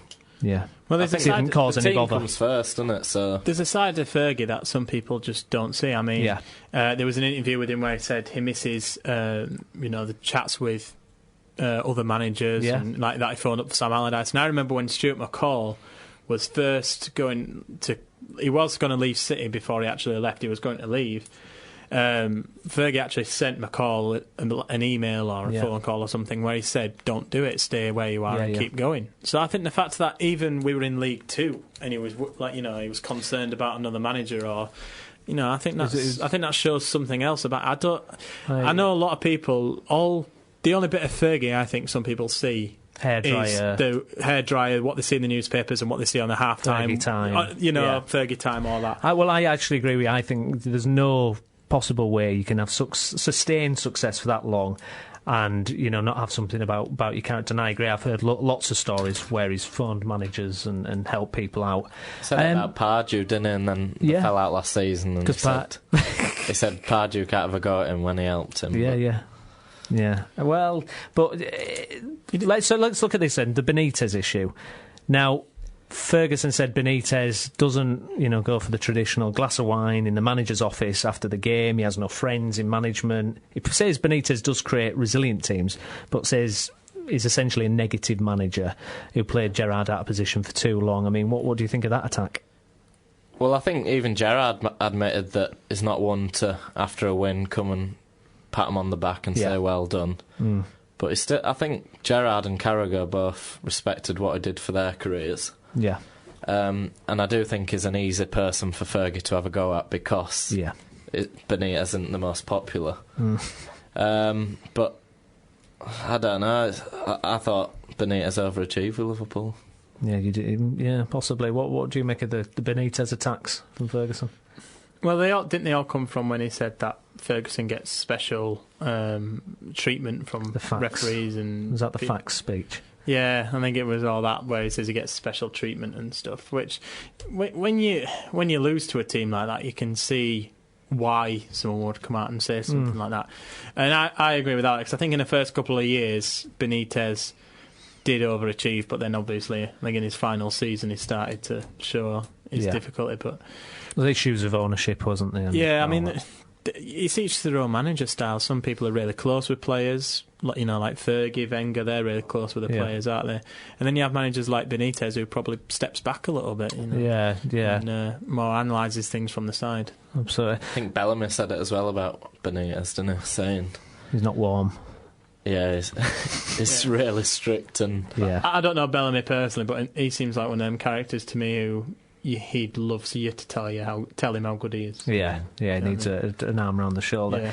So overall, then Ferguson's book, it's created a lot of headlines, and I think you're right, Alex. I think he's got a right to do it. It's the right time. He's not in management anymore, and like you say, Tim, it's lifted a lid on a lot of the decisions that people have been curious about. Beckham and people aren't going to say I don't want to read it. Everyone wants to know what it says. Yeah, everyone's I want to interested read about it. that. And apparently, the Man United, it's Rooney's birthday on this day of recording. The book. And apparently, the whole team are contributing to getting the Fergie book.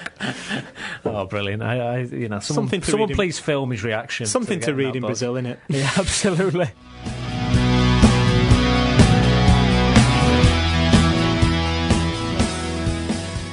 Right, OK, let's have a look at the Premiership and the upcoming games at the weekend on Saturday and Sunday. Right, well, first of all, let's deal with our predictions results from last week. And we've got to say, well done, Alex. You won the first week. Yep. A dubious late call, as I said on the blog, about the margin of, the score. Would I have won anyway? Maybe, we'd have to recount, who can be bothered to do that. Yeah. And I came second, Tim. You were dead last. Dead last. What went wrong, Tim? I was too cautious, that's what I think of. Right. I think I'm far too cautious in picking the teams and scorelines. Although I was right about Man U struggling at Southampton. You want a bonus for that, don't you? No, I'm not going to get it. It won't make any difference. I know, it's brilliant. You called Holloway going as well, leaving Crystal Palace. Yeah, it was later than I thought, but yeah, good call. That was all right, wasn't it? But I was the only one who got actual scores correct. I got the Chelsea and the Man City scores right, so 3 points to the old Brownie there, eh? But I think I got the most games wrong, though. I think I got the least amount of results right, but, what can you do? Made up for it, didn't I? We all got something right. We all got something, just some of us more than others. So we'll do it again this week. We've done the West Yorkshire ones, so we'll focus on the Premiership ones now. First up, Crystal Palace Arsenal. So Tim, Crystal Palace, they probably won't have a manager in place by Saturday, although you never know. Pulis possibly going in there, and then there's Arsenal on the back of that Dortmund loss, which it's changed the idea of Arsenal a bit. It changed the perspective because when you look at the fixtures, Arsenal have had quite an easy start to the season. I think they've played. I tell you what, actually, I've got a brilliant. OK, so this is Arsenal's easy start to the season. Arsenal will have played the bottom 3 in the league by this weekend. They've also played 8 of the bottom 10 teams in the Premiership, and they've only played Spurs from the top half of the table. So, Tim, have Arsenal had it a bit easy? And has that Dortmund game kind of made everybody go, oh yeah, actually Arsenal, they're still a bit frail? You could argue that, that they have played the bottom half of the Premier League, but I'm a firm believer that the Premier League is a difficult league. They did lose to Aston Villa, didn't they? So, but then you say that they ripped apart Napoli on a Tuesday night. Yeah. Again, it's Champions League, so you could argue against something different. But yeah, I think they have had an easier start than you consider how much pressure Moyes has come under and how much Pellegrini has come under. But no, I think they're still doing. I think they've got what it takes. It's just, again, getting them results against the top half. What do you make of that fact that Arsenal with an easier start? Not just the Premier League, but Champions League group as well. They've now got 2 away games remaining at Napoli and Dortmund, and that result could see them going out of the group, couldn't it? Absolutely. Yeah, it leaves them. Yeah, it's put a different. I think that's why we're so angry about it, because going away to Napoli and Dortmund now, they're gonna struggle to go through now. Absolutely. And it shows again, Flamini, what a big player he is for Arsenal. He didn't play because he still had a concussion from the Norwich game. Big miss. Just one thing, did we see the Wilshere goal for Arsenal against Norwich last season? I mean, I don't think last week. Last week, so yeah, I don't think there'll be a better goal this season for me. I thought Kasami's was No, I'd much prefer team move. A lot better. I think Wilshere tweeted after the Kasami goal going, oh, there goes my goal of the month. He did, but I don't care. I'm still going Wilshere. I thought it was incredible. I think Steve's been a bit biased towards the English better. If it wasn't Kasami and it was, I don't know, McCormack or something. No, I don't. McCormack. Scottish McCoy. No, I don't. I still don't even. No, I disagree. I still think that was pretty much the perfect team goal. That was better than Barcelona. You won't find a Barcelona goal better than that. I challenge you to find a better goal than that. Well, we'll see it on Saturday, won't we? Cause tell you what, if anyone's got one, tweet us it. Yeah, we'll have a vote. Yeah, which was your favourite? You two were Sami or Wilshere? I don't want to go off topic, but you two were talking up Real, weren't you? And I was saying Barca to win La Liga. They play each other Saturday, don't they? So we'll see. That's going to be interesting. Is it Bale? He's going to start, isn't he? Apparently. Well, I hope so for the game's sake. Absolutely. But getting back to Palace. Arsenal scores then, Tim. What's your score? What are you going for? Well, I was duped. You've got some wacky scores. I was told that that Ozil and Wilshere would probably be still injured and wouldn't play. So the fact that I'm expecting them both to be back this week, I'm going to go for an emphatic 4-0. Alex, do we think that's a poor excuse, do? Yeah, I think it sounds a bit. Yeah, it should have known the team. Yeah. What was Tim? Sorry, Alex has got a line to Wenger. He's like, "Who's going to play it?" Well, like joking here, I can always. Yeah. Every manager's door's always open. What was yours, Tim? 4-0. 4-0. Yeah, I've got 3 now. You got 3 now. I'm going 3-2 Arsenal. 3-2. 3-2. Yeah. Why have I put Palace to score? I must be crazy. Never mind. Man United Stoke. I've seen this as fairly straightforward. I've gone 2-0 Man United. Oh, I mean, look at my paper. I got 2-0 as well. Alex?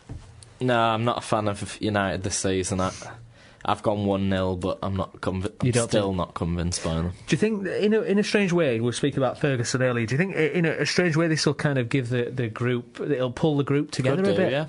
Because it was interesting, Rooney came out after the Champions League game and he said what a breath of fresh air the new coaching team is. Now, whether that's a dig at Ferguson or that's the reality, it could prove that Manchester United now put on a bit of a run, Tim. Yeah, you see, I was a bit confused over that comment as well. I was like, is that a dig at Fergie? And then thinking about it, I thought, maybe is it just, I'm here to play. I want to stop talking about what's happened in the past. It's like, it seems like it's a new club for him, really. It seems like he's got the best out of both worlds, really. It's like he's moved, but it's good for United that is saying I'm really happy under David Moyes. Yeah, absolutely.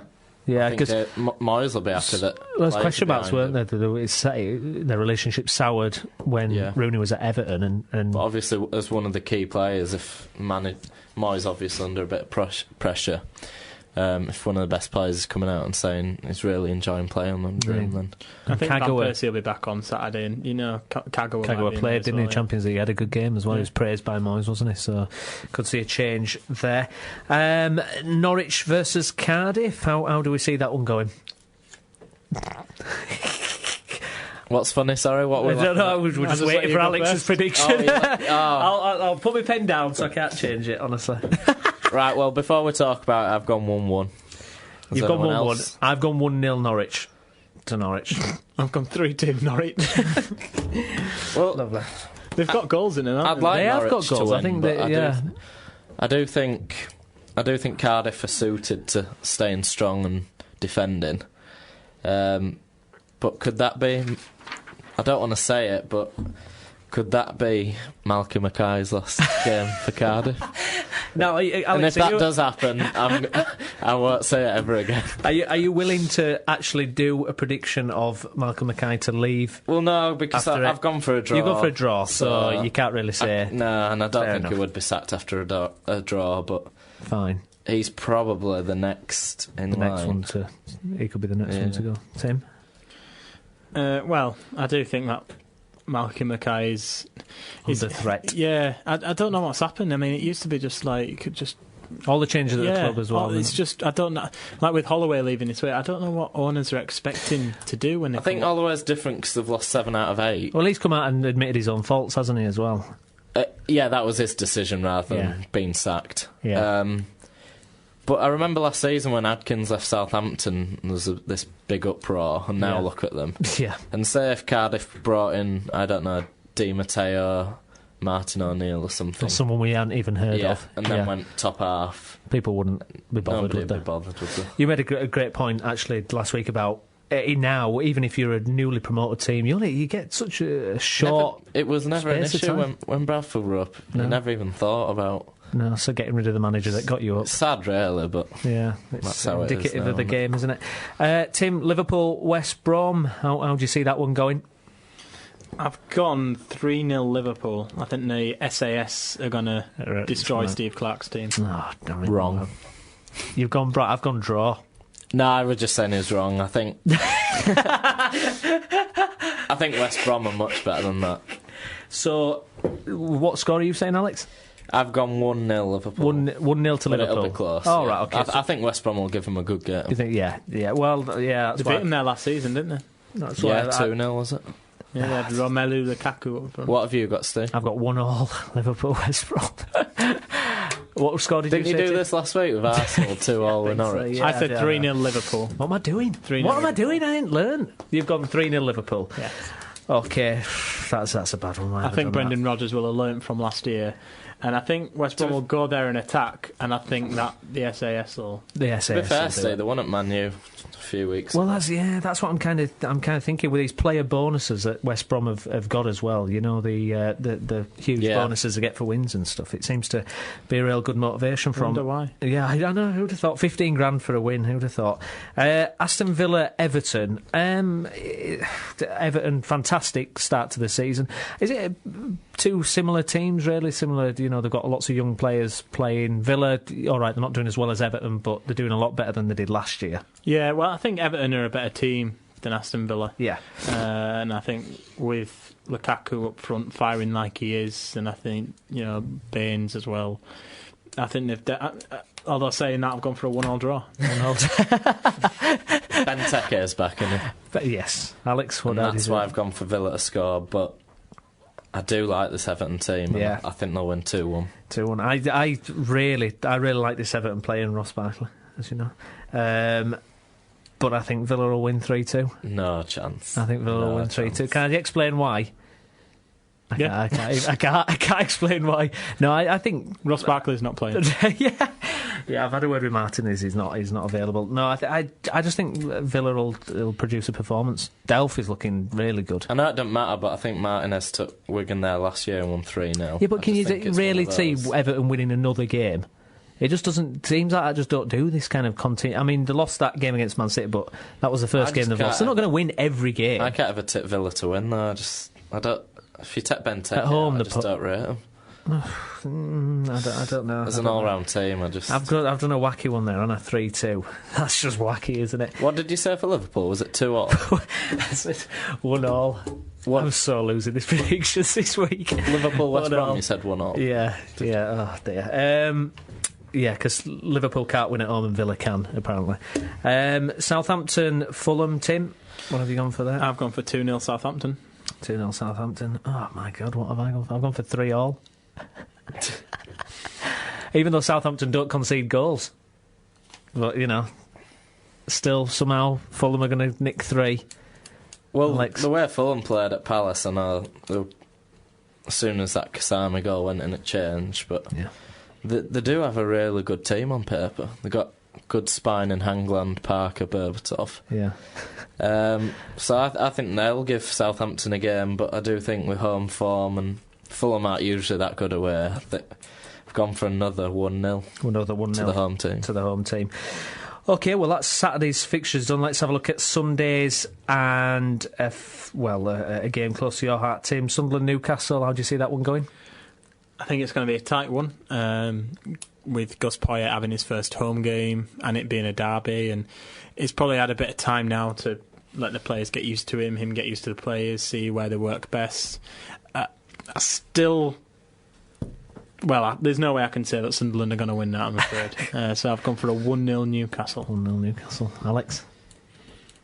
Well, I usually go for this score when they play, actually. I've gone for 1-1, and that's because I think Newcastle are better on paper. But I think Sunderland at home, I think they will get something. 1-1. 1-1. I've gone 1-1 as well. I am worried about that game for Newcastle, but I just can't put it down. Yeah, I've gone 1-1. You think if they do lose, I think Sunderland are finished. Yeah, it's just going to be... If they lose this, then... Fans will start definitely turning then. Do you think there's even a risk of Poyet being sacked? I know he's only had one game, but it's that type of thing. If they were to go on a rubbish run of form, say, by January, they're still not out of it. Well, then they could do it, couldn't they? It could happen. Spend loads like QPR did, or just accept it and rebuild. Start building. Look to the Championship, basically. Yeah. Tough one here. Chelsea, Man City.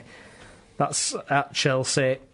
Hard one to call again. Two teams finding the feet. What do you think? You go first, Steve. So I go first. Right, I've gone 1-0 Chelsea. Mourinho factor and all that. I think he'll Mourinho's favourite Chelsea score. Yeah. I think he'll Mourinho that one. Shall we say, Tim? Looking at the firepower of both teams, and even some is this one of your wacky frailties. I've gone for 2-2. 2-2. Okay, right. Expansive, Alex. Yeah, I think Mourinho knows how to win these big games. Yeah. But I'd rather see Man City win, but I think Mourinho's gonna. He'll get a result, and I think it'll be 2-1 Chelsea. 2-1 Chelsea, very good. Swansea, West Ham.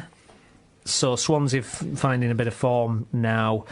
Although West Ham, they've got the Ravel Morrison effect going. How do you see that one going, Tim? I think it's going to be a game where Sam sets up to basically get a draw. I think it's going to be one of them. To be Sam. Yeah, difficult. That's like headline news, that is. I think Swansea playing on a Thursday night, I think that's a bit of a tough one for him, so I've gone for 0-0. 0-0. Alex? Well, I'm not a Sam fan at all, and I hate the way his teams play, but I'm gonna go with Swansea, and hopefully the football will prevails. What score have you gone 2-0 Swansea. Hey, I've gone 2-0 Swansea as well. What do you think? Do you think West Ham though are a bit more interesting with Morrison in the middle there? Do you think that's given West Ham a little bit of flair that the lack under Allardyce? They've got him, and Downing's played the last couple of weeks. Nolan can get a goal. Watching that a few weeks ago, Southampton West Ham game there. Yeah, you got a nice passing team and just a really boring team that sit back and so jammy, weren't they, to get that draw? And then Allardyce came out at the end, didn't he, say they should have won it at the end? I was called Allardyce or something.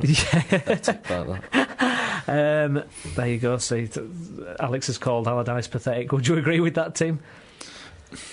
I'd say that it's proven though, isn't it? He gets the team to stay up, doesn't it? It's got to be credited, doesn't he? There's certain games where he knows how to win, but I think that he is he's one of them teams I won't want to go watch week. I'd rather be fighting, having a bit of fun, fighting in League One than off to. I know we've got this debate again. I'd rather watch a Pulis team than.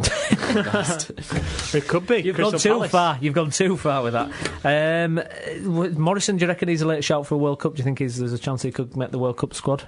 Tim's shaking his head. Alex is nodding. No, I think if he carries on, he's got a chance. I think I said it the other week. I don't think he'll take him and Barkley. So I think between them, one of them can go to the World Cup. It just depends who has a better season. If he can prove his attitude's right, then yes. But if not, then no. It's strange, isn't it? Because Barkley and Morrison have come through this season, but they're both similar, aren't they? Similar attributes, and it's, like you say, probably both can't go. I think they're really similar. Yeah. Okay, so Tottenham hold the final game. I've gone for a straightforward one here. I've put Tottenham 2-0 winners. What do you think, Tim? Same, 2-0. 2-0. Alex? Same, but 2-0? Yeah. I think last week we had one result where we all picked the same, and that was West Brom 2-1 at Stoke, and that didn't come in. So that didn't come in. That doesn't mean a lot. We'll win or we'll lose together. So we're going to get something. Yeah. Tottenham, of course, they had that shock result against West Ham, but they seem to have got on form again pretty quickly, don't they? And Townsend is obviously on fire at the moment. What do we think? Yeah, definitely. I think he'll have a couple of ex-Tottenham players, don't they? Livermore and Huddleston. They'll be proving will they be out to... That's a good point, because they'll be wanting to make a point, won't they? Yeah, I was going to put a bigger score, actually, but I think it might help Hull having a couple of ex-Tottenham players. Yeah. And they might even nick a goal, to be honest. They have got a bit of pace on the counter, but yeah, I think Tottenham will beat them. There we go. So that is the predictions, fellas, and we'll see. Just to be clear, it's 5 points on a bonus. prediction. I don't think we've got any this week, have we? Or did Leeds we say red card. Leeds red card. That's for Alex. The thing is, do you get points taken away if you get it wrong? Should there be a penalty? Should there be a penalty if it's wrong? No, because that doesn't encourage you to to do it. Then fair enough. Why don't we all get one free one? So you free can bonus all go. say something wacky. Fair enough. So yeah, it's take over Man U next week. So it's 3 points if you get the score right. It's 2 points if you get the margin of the score correct, and it's 1 point if you get the result right without the score. So we'll put those predictions on the blog. But that's all we've got time for on the Route 1 show this week. You can download and subscribe to the Route 1 show on iTunes for free, and you can also follow us on YouTube and Twitter at the Route 1 show. And we'll also upload selected interviews on our Audio Boo page as well. And you can also visit the aforementioned blog or Tumblr, and it's the Route 1 show there.